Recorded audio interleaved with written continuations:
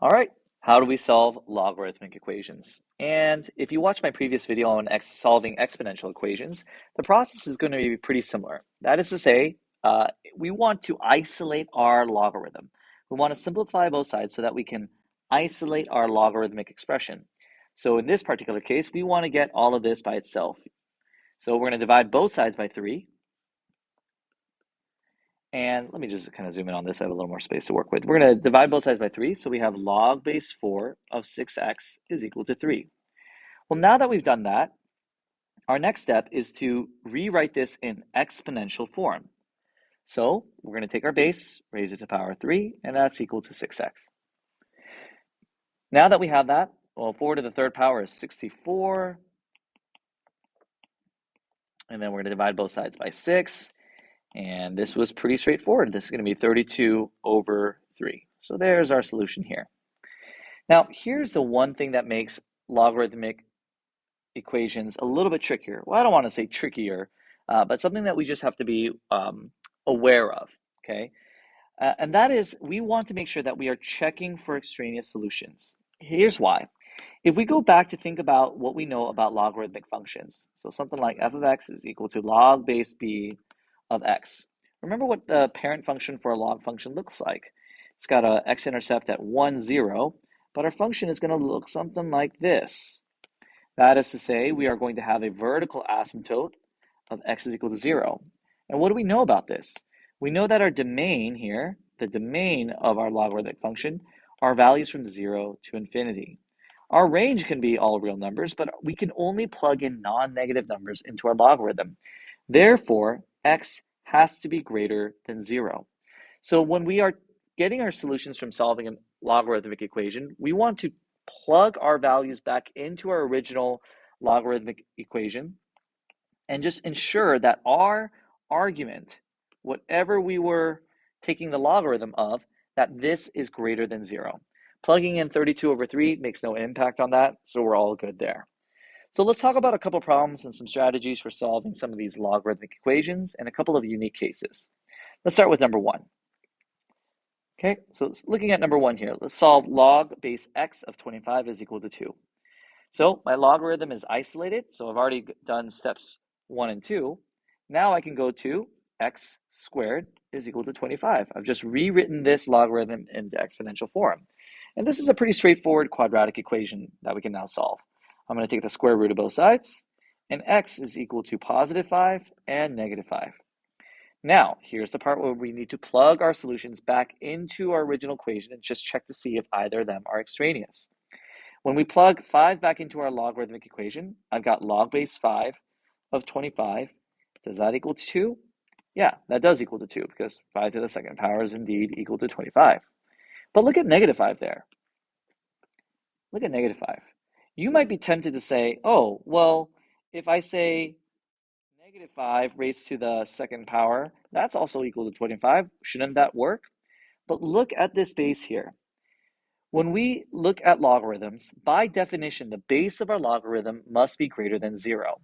So by definition, I'll add to this. By definition, b must also be greater than 0, by definition.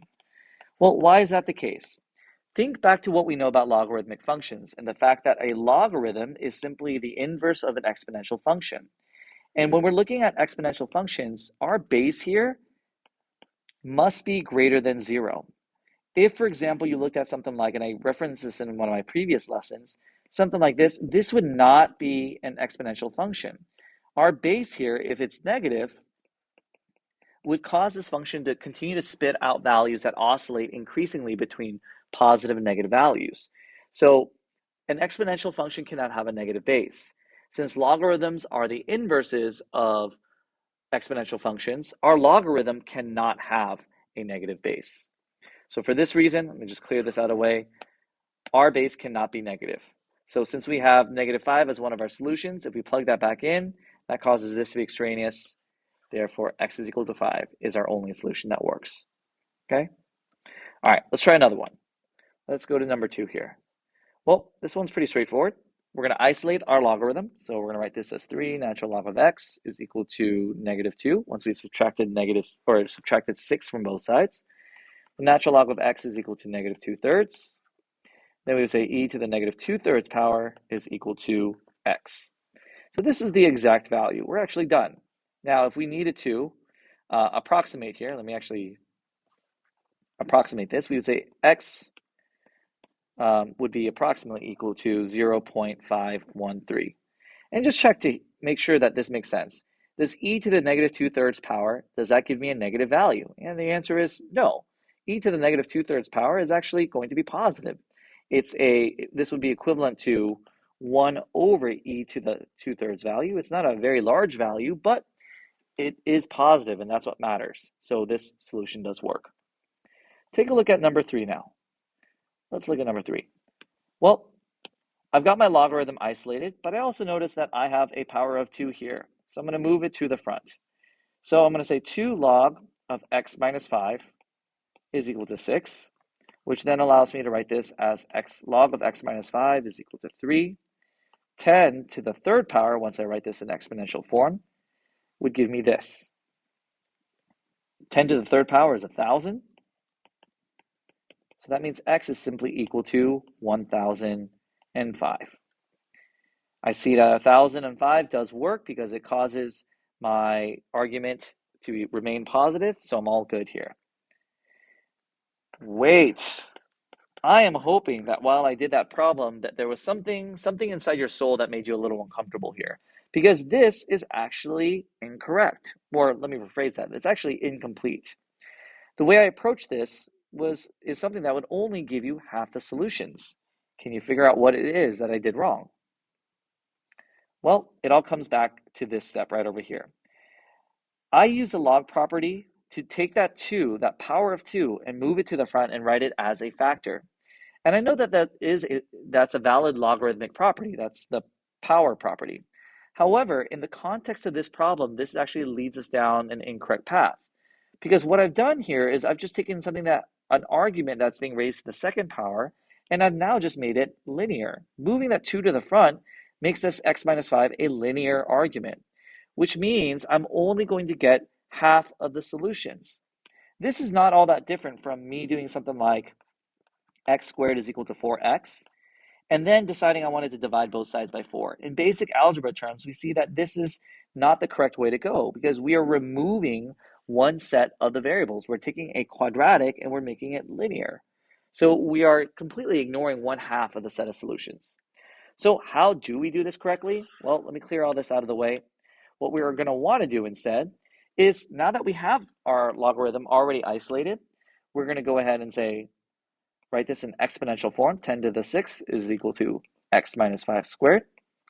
We're going to take the square root of both sides, which means x minus 5 is equal to plus or minus 10 to the 3rd power. And 10 to the 3rd power, we already said, was 1,000. And then we're going to add 5 to this. So we get 2 solutions, 1,005 and negative 995. Okay? I boxed it, but I should have checked to make sure that my solutions are extraneous. 1,005 does work. We've got a negative value here, but that's okay. Even though I plug in a negative value into this argument, because I'm squaring it, my entire argument still remains positive. Therefore, that's a valid solution. So that's going to work there. Okay? All right, let me go ahead and just do one more solution with you all, or one more problem, I should say. Let's try something like this problem over here. Okay? Actually, you know what? Let's do number 5 here, because I think there's a little bit more going on in this problem. I've got 2 logarithms. I'm going to move them all over to one side. So I'm going to write log of x plus 4 plus log of x plus 1. And all of this is equal to 1. According to my product property, I can rewrite this as a single logarithm. I can say that this is log of x plus 4 times x plus 1 is equal to 1. Now, once I write this in exponential form, I'm going to now multiply this out, and this gives me x squared plus 5x plus 4. And 10 to the 1 power is just 10. So then 0 is equal to x squared plus 5x minus 6, which then allows me to write this as x plus 6, x minus 1. So my solutions are negative 6 and 1. And before I go ahead and box this, let's check to see if we have any extraneous solutions.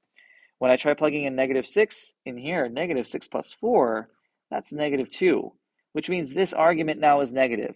So this is an extraneous solution. What about something like positive 1? Well, positive 1 works. That gives me log of 5. Positive 1 here gives me positive. So x is equal to 1 does indeed work. So I'm going to go ahead and box this. Okay. And I showed number 6, so I'd feel bad not going over it. We're going to do this very similarly. We're going to say this is log base 3 of x times x minus 8. So I'm going to write that as x squared minus 8x. So 3 squared is equal to x squared minus 8x, which means x squared minus 8x minus 9 equals 0. And this gives me x minus 9, x plus 1 is equal to 0. So x is equal to positive 9 and negative 1. Let's check for extraneous. 9 works. Negative 1 does not. Therefore, we would say that our solution is simply x is equal to 9. All right? So go ahead and try the other practice problems on this page and check your solutions with what I have uploaded to Schoology. And hopefully now you are that much better at solving logarithmic equations.